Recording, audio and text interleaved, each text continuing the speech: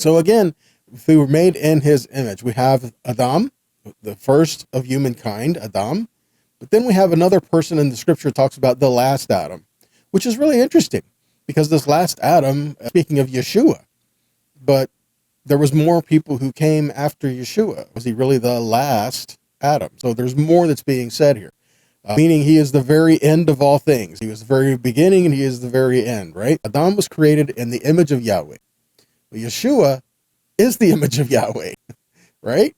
2 Corinthians 4:4 says, the God of this world has blinded the minds of the unbelieving so they might not see the light of the good news of the glory of Messiah, who is the image of God.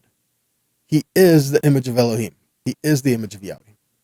Philippians 2:5-8 says, let your attitude toward one another be governed by your being in union with the Messiah Yeshua.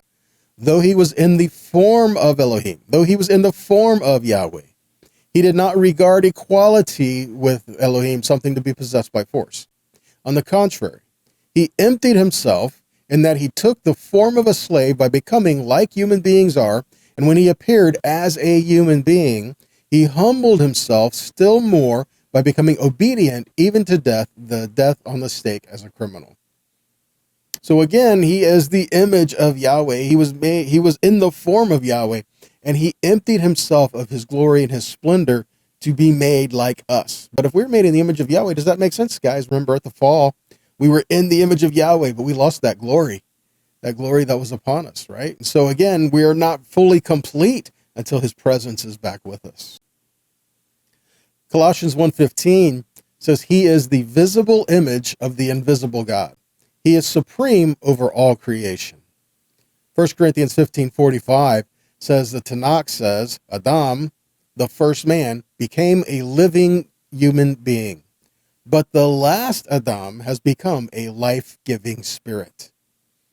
We see pictures of, though through one person sin entered into the world, but by one person we are all redeemed.